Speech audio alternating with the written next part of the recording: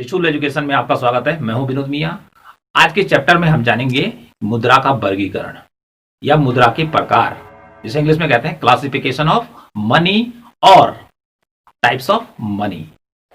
तो types of money या classification of money को जानने से पहले सबसे पहले जानना जरूरी है कि मुद्रा किसे कहते हैं। तो इस प्रकार से मेरे हाथों में ये मुद्रा है, अर्थात रुपये रखे हुए हैं, इसे ही मुद्रा कहते हैं।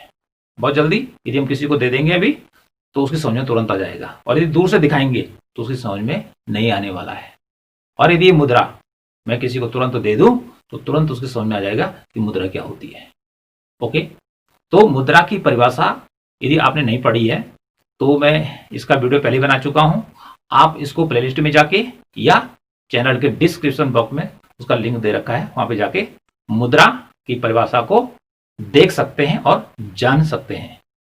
तो मुद्रा का जो वर्गीकरण है अर्थशास्त्रियों ने अनेक आधारों पे किया है। तो देखते हैं कि किन किन आधारों पे अर्थशास्त्रियों ने मुद्रा का वर्गीकरण किया है। तो सबसे पहला आता है भौतिक रूप या भौतिक आधार पर वर्गीकरण। दूसरा आता है स्वीकार्यता के आधार पर, जिसे वैधानिक आधार भी कहते हैं। तीसरा आता है कीन्स का विचार, अर्थात कीन्स का मत आता है कि उसने मुद्रा को जो बांटने का प्रयास किया है। और अंतिम चौथा आता है मुद्रा और निकट मुद्रा। तो इस प्रकार से मुद्रा का जो वर्गीकरण है वह चार आधारों पर किया गया है। एक तो भौतिक रूप के आधार पर किया गया है, दूसरा स्वीकार्यता या वैधानिकता के आधार पर किया गया है, तीसरा कीन्स के विचार के आधार पर किया गया है, और चौथा मुद्रा और निकट मुद्रा के आधार पर किया गया है। ओके, इतनी बात तो क्लियर हो गई। अब चलते हैं सबसे पहले इसके फिजिकल फॉर्म्स पे, भौतिक स्वरूप पे। तो भौतिक स्वरूप में मुद्रा दो भागों में बटी हुई है, एक धातु मुद्रा के रूप में बटी हुई है और दूसरा पत्र मुद्रा के रूप में बटी हुई है। ओके, तो देखिए भौतिक रूप में अर्थात मुद्रा किस चीज की बनी हुई है, कि मुद्रा किस चीज की बनी हुई है। तो सबसे पहले दे रखा है धातु मुद्रा। तो धातु मुद्रा अर्थात ये जो सिक्का है मेरे हाथ में है, ये 10 रुपए का सिक्का है, ठीक है, ये धातु का बना हुआ है। इसी प्रकार से यदि सोना है, चांदी है, तांबा है, निकिल है, ठीक है, या अन्य मिश्रित धातुओं के जितने भी सिक्के होते हैं वो धात्विक सिक्के कहलाते हैं। तो सोना का सिक्का तो आज चलता नहीं है, चांदी का चलता है। तो ये 10 रुपए का जो सिक्का मेरे हाथों में है यह एक मिश्रित धातु से बना हुआ है। ओके, तो इसलिए जो सिक्के धातु के बने होते हैं, चाहे वो सोने का बना हो, चाहे तांबे का हो, चांदी का हो, पीतल का हो, निकिल का हो, या मिश्रित धातु का हो, ओके, उसे कहते हैं धातु मुद्रा। ओके, और दूसरा है पत्र मुद्रा। पत्र मुद्रा मीन्स कागजी मुद्रा, जिसे इंग्लिश में लिखा पेपर मनी। तो मेरे हाथ में जो ये नोट है इंडियन करेंसी के, ओके, आप देख लीजिए, तो ये कागज के बने हुए हैं। ओके, किस चीज के बने हुए? कागज के बने हुए, इसलिए इनको कहा जाता है पत्र मुद्रा या कागजी मुद्रा।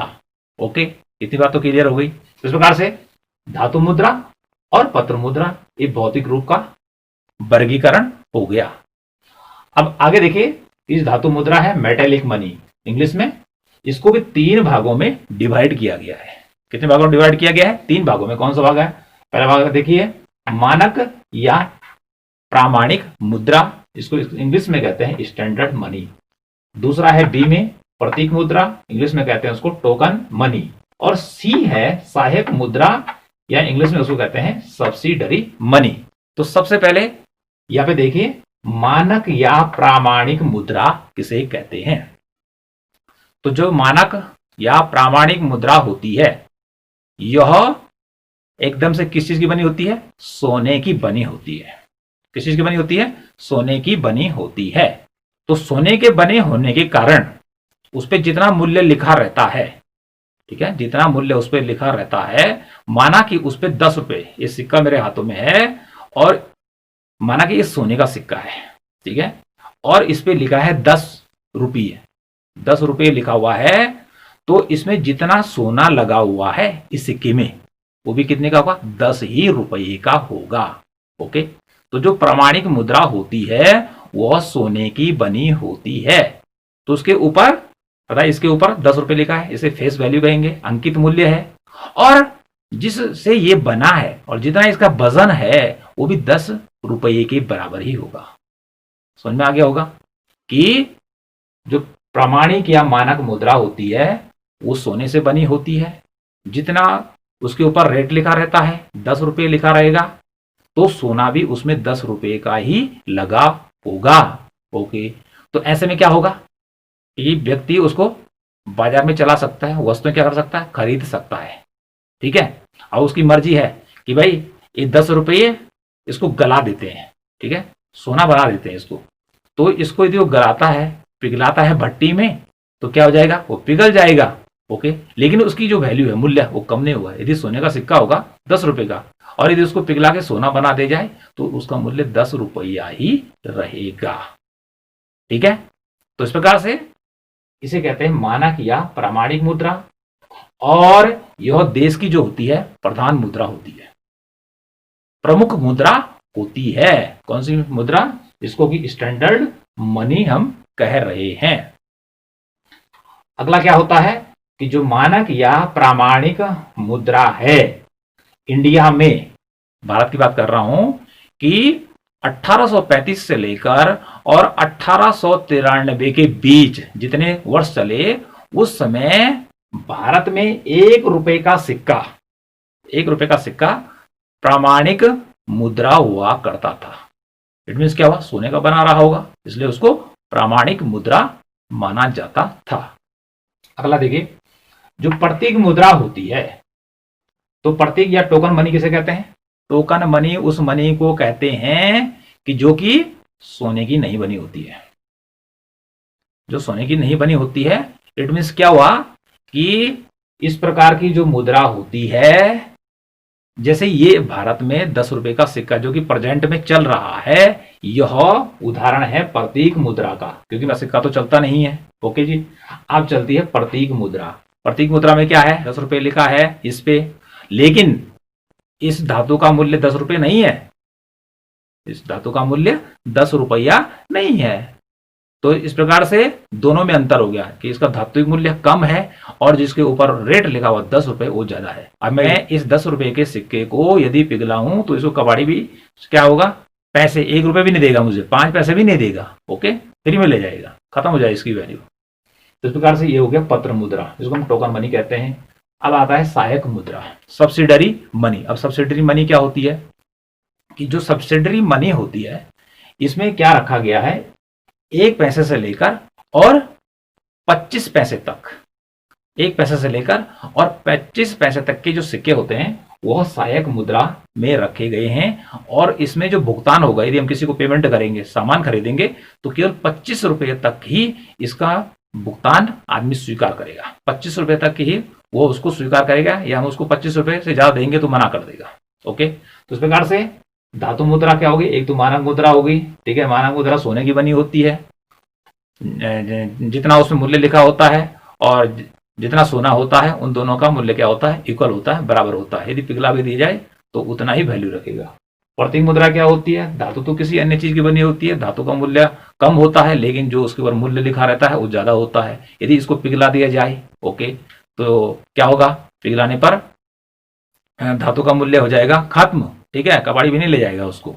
ओके, और यदि ठीक ठाक है, सिक्का पूरा है, तो 10 रुपए का ही काम करेगा। अगला आता है सहायक मुद्रा। जैसे हमने कहा, इंडिया में 1 पैसे से लेकर और 25 पैसे तक के जितने सिक्के हैं वो सारे के सारे सब्सिडरी मनी के अंतर्गत आते हैं। तो इस प्रकार से देखिए, धातु मुद्रा के प्रकार हो गए 1 2 3। तो जब मैं बात कर रहा हूं 1 पैसे से लेकर और 25 पैसे तक, तो जो 1 पैसा है, 2 3 4 5 25 पैसे, क्या आप तो क्या उसका नाम 50 60, अब सीधे 1 रुपए का सिक्का आ रहा है। इस बीच के जो सिक्के वो सारे क्या कर दिए हैं, चलन से बाहर कर दिए गए हैं। लेकिन एक टाइम था, एक जमाना था जब ये सिक्के चला करते थे। तो सबसे पहले इसका वर्गीकरण धातु रूप में क्यों किया, सबसे पहले धातु के सिक्के ही मार्केट में आए थे। कागजी मुद्रा तो बहुत बात की बात है। अब अगला चलते हैं पत्र मुद्रा की ओर। तो जो पत्र मुद्रा होती है, जैसे हमने कहा, जो पत्र मुद्रा है वो क्या होती है, कागज की बनी है। ये जो नोट है ये कागज के बने हुए हैं। ओके, और इसी के द्वारा हम क्या करते हैं, वर्तमान में सभी प्रकार की जो वस्तुएं और सेवाएं हैं उसको क्रय करते हैं। इसी के द्वारा विक्रय भी होता है। बेचने वाला भी क्या करता है, लेने वाले से रुपये ही लेता है, पैसे ही लेता है। तो पत्र मुद्रा में हम देखते हैं पेपर मनी, और पेपर मनी भी क्या होती है 1, 2, 3 एंड 4, ये भी 4 भागों में बांटी गई है। ए पर है प्रतिनिधि पत्र मुद्रा, बी पर है परिवर्तनीय पत्र मुद्रा, सी पर है अपरिवर्तनीय पत्र मुद्रा और डी पर है अधिदिष्ट या आदेश मुद्रा, जिसको कि फिएट मनी कहते हैं। तो ये कागजी मुद्रा के उदाहरण हैं। तो सबसे पहले यहाँ पे देखिए प्रतिनिधि पत्र मुद्रा किसे कहते हैं, रिप्रेजेंटेटिव पेपर मनी। तो जो प्रतिनिधि मुद्रा होती है तो इसके पीछे माना बात ये 500 रुपए का नोट है। ओके जी, तो 500 रुपए का नोट यदि सरकार क्या करती है बाजार में निकालती है तो इतना ही इसके पीछे सोना रहेगा सरकार के पास, इसी के बराबर सरकार के पास क्या रहेगा, सोना रहेगा। और जब व्यक्ति चाहे तो क्या करेगा, सरकार को नोट दे देगा और वहां से सोना ले लेगा। तो इस प्रकार से ये नोट किस में परिवर्तनीय होगा, सोने में परिवर्तनीय होगा। ओके, तो मिला के इस कागज के नोट को हम क्या करेंगे, सरकार के पास जमा करेंगे और हमें इसके बदले 500 रुपए का सोना दे देगी। ओके जी, अगला आता है परिवर्तनीय पत्र मुद्रा। अब अगला आया परिवर्तनीय। तो जो परिवर्तनीय पत्र मुद्रा होती है उसके पीछे सोने का पूर्ण समर्थन नहीं होता है। जैसे कि प्रतिनिधि पत्र मुद्रा में है कि 500 रुपया है, इतना ही सरकार के पास कोष में पैसा है, हमें लगा कि नहीं है अभी इसे वापस कर देते, सोना ले लेते हैं, सरकार में सोना दे देगी। ओके, लेकिन जहां यहां पर परिवर्तनीय पत्र मुद्रा है यहां पर सोना रखा नहीं जाता है 100%। ठीक है, 500 रुपए के बराबर सोना नहीं रखा जाएगा, लेकिन यहाँ पे एक शर्त रखी जाती है कि यदि हम 500 रुपए के बदले सरकार से सोना मांगे या सोना लेना चाहें तो यह जो 500 रुपए का नोट है वह सोने में सरकार क्या कर देगी, बदल देगी। अर्थात हम सरकार को 500 रुपए का नोट पकड़ाएंगे और उधर से सोना 500 रुपए का हमारे हाथों में आ जाएगा। ओके, अब देखिए अगला है सी, अपरिवर्तनीय पत्र मुद्रा। अपरिवर्तनीय पत्र मुद्रा का अर्थ क्या है कि इसके पीछे सरकारी कोष में पैसा सोना नहीं होता है। सरकार, यदि मैं सरकार को इस नोट को वापस कर दूं तो इसमें पहले ही कहा गया अपरिवर्तनीय पत्र मुद्रा, इसको सोने में नहीं बदला जा सकता है। इसको सोने में नहीं बदला जा सकता है। जब भारत में 1000 रुपए का और 500 रुपए का नोट क्या होता बंद हुआ था तो क्या हुआ था, लोगों ने अपने जो पुराने नोट थे कहां जमा किए थे, बैंक में जमा किए थे और उसके बाद उनको नए नोट दिए गए। तो ये नया ही नोट है। ओके, तो जो ये अपरिवर्तनीय पत्र मुद्रा है इसको सोने में नहीं बदला जा सकता है। यानी कि हम इसको सरकार के पास ले गए और मांगना हमने शुरू कर दिया कि इतने का हमें सोना दे दीजिए, तो हमें सोना नहीं मिलने वाला है। हाँ, दूसरा नोट जरूर मिल जाएगा कि जैसे कि जब 500 और 1000 रुपए का नोट बंद हुआ था तो हमने जो हमारे पास जो पुराने नोट थे वो सब बैंक में चले गए और उसके बाद नई करेंसी सरकार ने हमें उसी वैल्यू की, उसी मूल्य की दे दी थी। तो इस प्रकार से ये हो गई अपरिवर्तनीय पत्र मुद्रा, सोने में परिवर्तनीय नहीं होती है। अगला है अधिदिष्ट या आदेश मुद्रा, जिसको इंग्लिश में कहते हैं फिएट मनी। फिएट मनी क्या होती है, ये आदेश मुद्रा क्या होती है, ये सरकार के आदेश पर जारी की जाती है। ये सरकार के आदेश पर जारी की जाती है। और जैसे भारत में जो सिक्के हैं वो सारे के सारे किसके आदेश पे जारी होते हैं, वो भारत सरकार के आदेश पर जारी होते हैं। कि जैसे कि सिक्का हमने 10 रुपीज का आपको बता रहा हूं मैं, ठीक है, कि ये 10 रुपीज का सिक्का है, तो इसको जो ढालने का काम करती है वो इंडियन गवर्नमेंट करती है।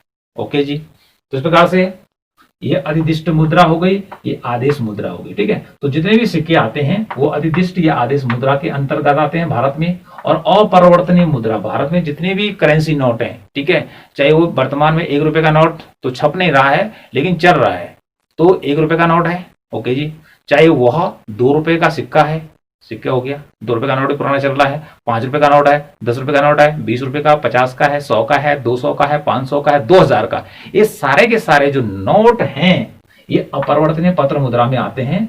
तो आज हम देखें कि जो अपरिवर्तनीय पत्र मुद्रा है और अधिदिष्ट अर्थात एक जो करेंसी नोट है और जो ये सिक्के जो होते हैं, इन दोनों में आज कोई अंतर नहीं रह गया है। ठीक है, दोनों ही जो काम कर रहे हैं वह भुगतान का काम कर रहे हैं। इसी के माध्यम से हम क्या कर रहे हैं, अब चाहे हम किसी को क्या कर दें, 500 रुपए का नोट दे दें या फिर 10-10 के सिक्के उसको 500 रुपए के बराबर दे देंगे, वो सारा सामान हमको उस वैल्यू का दे देगा। तो इस प्रकार से क्या हो गया कि जो पत्र मुद्रा है, प्रतिनिधि पत्र मुद्रा, परिवर्तनीय पत्र मुद्रा, अपरिवर्तनीय पत्र मुद्रा और अधिदिष्ट या आदेश मुद्रा में इसका वर्गीकरण हो गया। पेपर मनी, ओके, पेपर की मनी होती है। अगला चलते हैं, तीसरा वर्गीकरण है स्वीकार्यता। अब जो करेंसी नोट है इसको हम स्वीकार क्यों करते हैं? ठीक है, कोई कागज का टुकड़ा हमें दे देगा तो हम उसको स्वीकार नहीं करेंगे। ठीक है, आजकल चिप्स के पैकेट पे क्या हो रहा है कि बच्चों को लुभाने के लिए 500-500 रुपए के नोट, 2000 रुपए का नोट उसके बाहर से लगा हुआ, इसको हम कहते हैं नकली नोट। ओके, चिप्स बिक रहा है 5 रुपए में और 2000 रुपए का उस पर नकली नोट लगा रखा है, लेकिन उससे सामान नहीं आएगा। ओके, तो कारण क्या है? तो जो नोट छापता है, ये जो नोट छपे हैं इनको छापने का जो काम करता है वह केंद्र सरकार के आदेश पर रिजर्व बैंक ऑफ इंडिया करता है हमारे देश में। ऐसे ही विदेशों में भी होता है। तो यहाँ पे देखिए स्वीकार्यता के आधार पर क्या हो गया, वैध मुद्रा। स्वीकार हम क्यों करते हैं इसको? क्योंकि इसकी सरकार की मान्यता है, और यदि सरकार इसकी मान्यता खत्म कर देती है तो फिर हम इसको स्वीकार नहीं करेंगे। जैसे हम पहले बता चुके हैं कि 1000 और 500 रुपए का नोट सरकार ने चलन से बाहर कर दिया था, फिर नई करेंसी हमको दी। ओके, तो इस प्रकार से जो स्वीकार्यता का हम देखते हैं कि एक आ रहा वैध मुद्रा, लीगल टेंडर मनी। वैध मुद्रा, तो जो वैध मुद्रा अर्थात वैधानिक दृष्टि, सरकार की दृष्टि से जो क्या होती है, उचित होती है, जिसको सरकार प्रिंट करती है। तो हमारे देश में जो मनी है उसको प्रिंट करने का जो काम करता है वो रिजर्व बैंक ऑफ इंडिया करता है।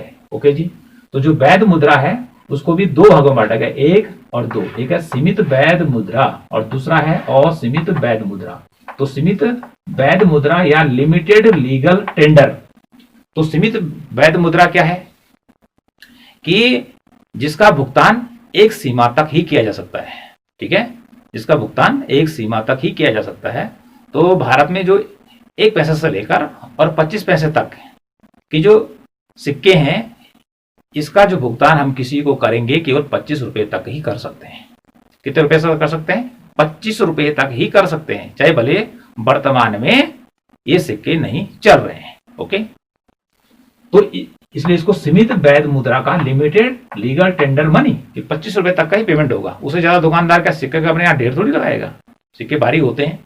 ठीक है, अगला देखिए असीमित वैध मुद्रा।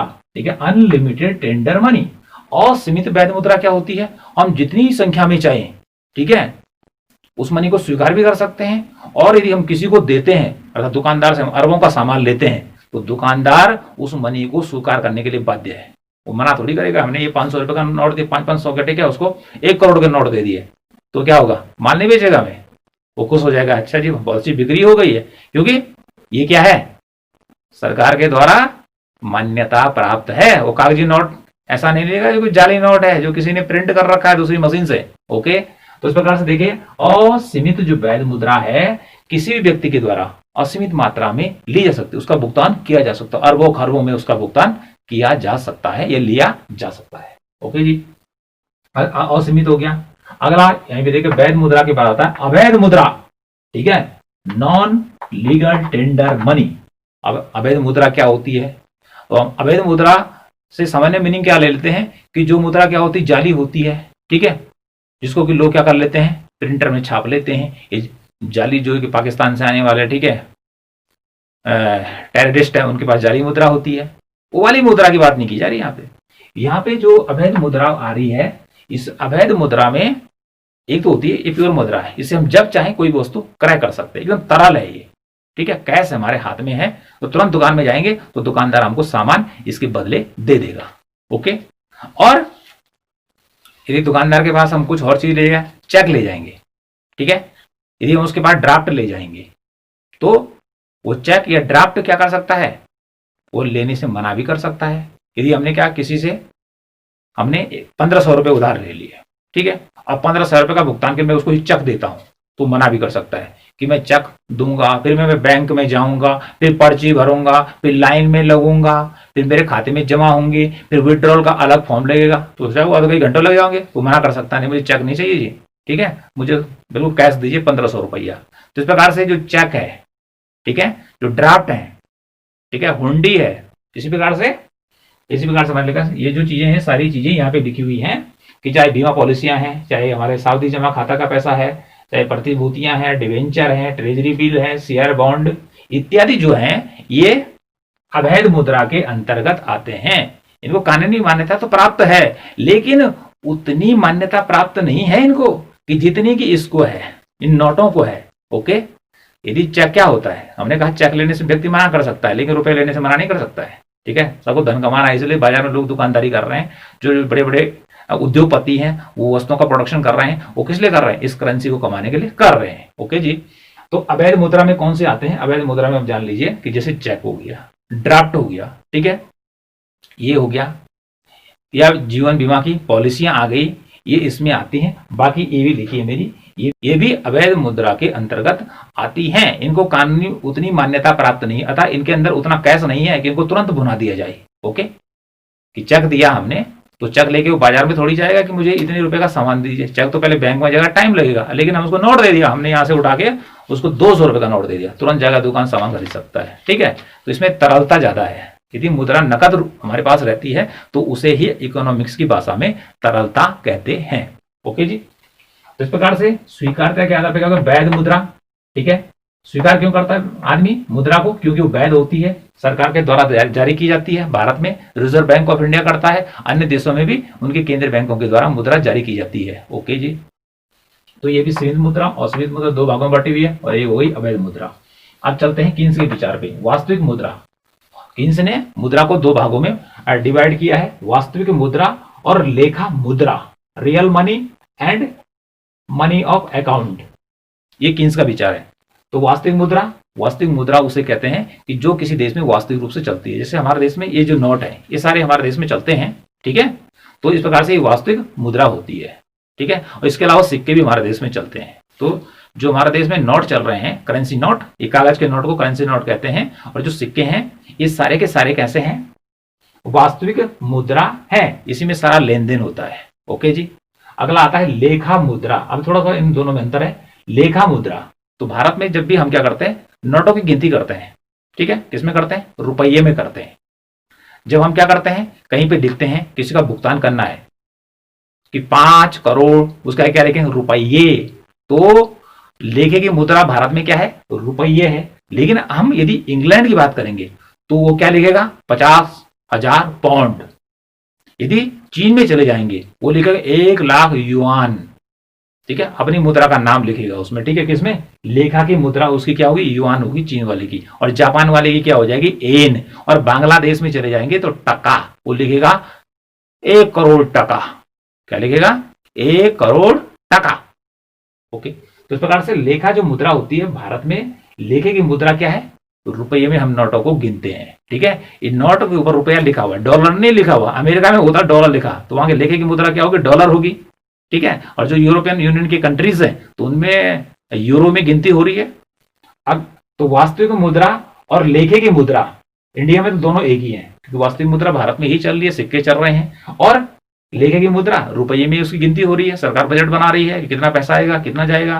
ठीक है, वो रुपये में उसकी गिनती हो रही है। लेकिन कभी कभी क्या होता है कि वास्तविक मुद्रा तो देश में चलती है, जिसको कि हम यथार्थ मुद्रा भी कहते हैं किसी भाषा में, और लेखा मुद्रा अलग अलग हो जाती है। कि जैसे हम जर्मनी की बात करें तो जर्मनी में जो सेकेंड वर्ल्ड वार, द्वितीय विश्व युद्ध के बाद क्या हुआ था कि जर्मनी की जो वास्तविक मुद्रा जो देश में चल रहे थे, जिससे लोग क्या कर रहे थे? खरीदारी कर रहे थे, वस्तुओं को बेच रहे थे, खरीद रहे थे, तो वह मुद्रा थी जर्मन मार्क। ओके जी, लेकिन हिसाब किताब किसमें रखा जा रहा था? लेखे की मुद्रा थी वहां पे अमेरिकन डॉलर। क्या थी? अमेरिकन डॉलर, भले अब नहीं है। ओके जी, अब चौथा प्रकार आता है मुद्रा और निकट मुद्रा। मुद्रा और निकट मुद्रा, मुद्रा की बहुत बात कर चुके हैं। मुद्रा हाथ में रखी हुई है, ठीक है, हाथ में रखने से ज्यादा समझ में आता है। ठीक है, उदाहरण के लिए तो मुद्रा में क्या आता है, इंडिया में देखते हैं, ये किसी भी देश में मुद्रा में क्या आता है? ये करेंसी नोट आते हैं, कागज के नोट आते हैं, या फिर सिक्के आते हैं। ठीक है, ये होती है मुद्रा। ठीक है जी, अब निकट मुद्रा क्या होती है? इंग्लिश में कहते हैं money and near money. Near money में क्या आता है? उस मनी को हम कहते हैं स्थानापन्न मुद्रा। अर्थात यदि अब इस मनी के स्थान पर किसी कोई भी भुगतान करते हैं और इसके स्थान पर किसी अन्य चीज का इस्तेमाल करते हैं तो उसे स्थानापन्न मुद्रा कहते हैं। अब देखिए कैसे होती है कि माना कि जैसे कि चेक है, ड्राफ्ट है, इसको स्थानापन्न मुद्रा नहीं माना गया है, बल्कि इसको एकदम से कैसा माना गया है, इसके मुद्रा के अंतर्गत ही इसको रखा गया है, चेक एंड ड्राफ्ट को। क्योंकि चेक तभी जारी होता है कि जब व्यक्ति के खाते में पैसा होता है तभी वो किसी को देगा, और ड्राफ्ट भी तभी जारी होता है कि जबकि उसके बैंक में पैसे जमा होते हैं, या पैसा बैंक में पहले जमा करेगा 50,000 रुपए, तब जाके बैंक उसको ड्राफ्ट का एक प्रमाण पत्र देगा। ओके, तो ये तो मुद्रा में ही आता है, चेक एंड। लेकिन जैसे मैंने यहाँ पे लिखा शेयर पत्र, बॉन्ड है, ट्रेजरी बिल है, बीमा पॉलिसियां जैसे जीवन बीमा पॉलिसियां हो गया, हुंडी, सावधि जमा जैसे एफडी हम बैंक में जमा करते हैं, या प्रतिभूतियां, डिवेंचर, ये सारे के सारे जो होते हैं ये स्थानापन्न मुद्रा में आते हैं। किसमें आते हैं? स्थानापन्न मुद्रा में आते हैं। एक प्रकार के क्या है, ये सर्टिफिकेट हैं। जैसे कि हम यहाँ पे देख लेते हैं कि शेयर पत्र, शेयर में क्या होता है, बांटना, टुकड़ों में बांटना। ठीक है, तो जब बड़ी बड़ी कंपनी क्या करती हैं, उनके पास पैसा नहीं होता है, बाजार से ऋण लेती हैं। ओके, तो क्या करती है, शेयर पत्र बेचने का काम करती है, और जो उनको खरीदते हैं उसके बाद यदि कंपनी को लाभ होता है तो शेयर धारकों को भी लाभ होता है। इसी प्रकार से जैसे बॉन्ड है, तो बॉन्ड तो सरकार जारी करती है। ठीक है, तो बॉन्ड में सरकार क्या करती है, जो उनके बॉन्ड हो, अर्थात बॉन्ड है, ये जितनी भी चीजें यहाँ पे लिखी हैं एक प्रकार के प्रमाण पत्र हैं, और इनके द्वारा क्या होता है कि जितनी भी चीजें यहाँ पे सरकार या प्राइवेट सेक्टर है, इनसे पैसा क्या करता है, उधार वसूल कर लेता है। उसके बाद इनको क्या देता है, छूट देता है कोई ब्याज की दर से। जैसे हमने बैंक में जमा किया तो सावधि जमा, फिक्स एफडी जमा कर दी, तो उसे क्या मिलेगा, हमें ब्याज दर मिलेगा, तो पैसा बढ़ेगा। तो कुल मिलाकर इनमें पैसा लगाने से बचत होती है। क्या होती है, बचत होती है, और बचत होने के साथ साथ इससे इनकम भी मिलती है। यदि शेयर पत्र कोई खरीदेगा 10 रुपए का, तो 10 रुपए का 10 रुपए मिलेगा, तो क्यों खरीदेगा। ठीक है, सावधि जमा खाता में, एफडी में उसने पैसा लगाया, ठीक है, और जितने पैसे उसने जमा किए थे और 5 साल बाद उतने मिलते हैं, तो काहे को जमा करेगा, क्योंकि उसको इंटरेस्ट मिलता है। तो इंटरेस्ट बढ़ने से उसकी बचत बढ़ती है। ठीक है, पैसा तो पहले का बचा और प्लस उसको एक्स्ट्रा ब्याज मिलता है, तो उसकी मनी क्या हो जाती है, बढ़ जाती है। तो इस प्रकार से इन चीजों के माध्यम से जो सरकार है या जो प्राइवेट सेक्टर है वो क्या करता है, लोगों से उधार लेने का काम करता है, या दूसरा लोग इसको जमा करते हैं। इन सारे के सारे किसके उदाहरण हैं, ये निकट मुद्रा के उदाहरण हैं, स्थानापन्न मुद्रा के उदाहरण हैं। इससे मुद्रा का संचय होता है, बचत बढ़ती है, इसलिए ये पूर्ण स्थानापन्न होते हैं बचत के रूप में। ओके जी, इससे इनकम भी क्या होती है, जनरेट होती है। ओके, डिवेंचर, ऋण पत्र, ये तो प्राइवेट कंपनियां बेचती हैं ऋण पत्र, लेकिन उस पर लोगों को क्या देती है, डिस्काउंट देती है, तो उससे लोगों को क्या होगा, लाभ होगा। प्रतिभूतियां सरकार बेचती है। ठीक है, हुंडी भी क्या है, चेक की तरह है। ठीक है, देसी भाषा में लिखा जाता है। तो ये भी पेमेंट करने के तरीके हैं, मतलब रुपए नहीं देने, दूसरे ढंग से इसको पेमेंट करना है। तो इस प्रकार से आप देखें कि अर्थशास्त्री ने जो मुद्रा है उसको 4 भागों में डिवाइड किया है, टाइप्स ऑफ मनी, या इसको कहेंगे क्लासिफिकेशन ऑफ मनी, जिसमें हमने ये बताया कि आपको भौतिक रूप के आधार पर, स्वीकार्यता के आधार पर, किन्स का विचार आ गया, मुद्रा और निकट मुद्रा, इस प्रकार से। तो सबसे पहले हमने कहा धातु मुद्रा। सबसे पहले प्रचलन में कौन सी मुद्रा आई थी, सबसे पहले आई थी धातु मुद्रा। धातु मुद्रा, ठीक है, भौतिक रूप में एक धातु बांट दी, उसके बाद पत्र मुद्रा बांट दी। पहले धातु मुद्रा चला करती थी, बाद में भाई धातुओं की कमी होने लग गई। सोना आप जानते हैं कि धरती पर बहुत कम है। 99 की बात करूं तो सोना उस समय 5,000 रुपए 10 ग्राम चल रहा था, और वर्तमान आज 2021 जनवरी की बात करूं तो इस समय सोने का जो भाव है 50,000 रुपए के आसपास है।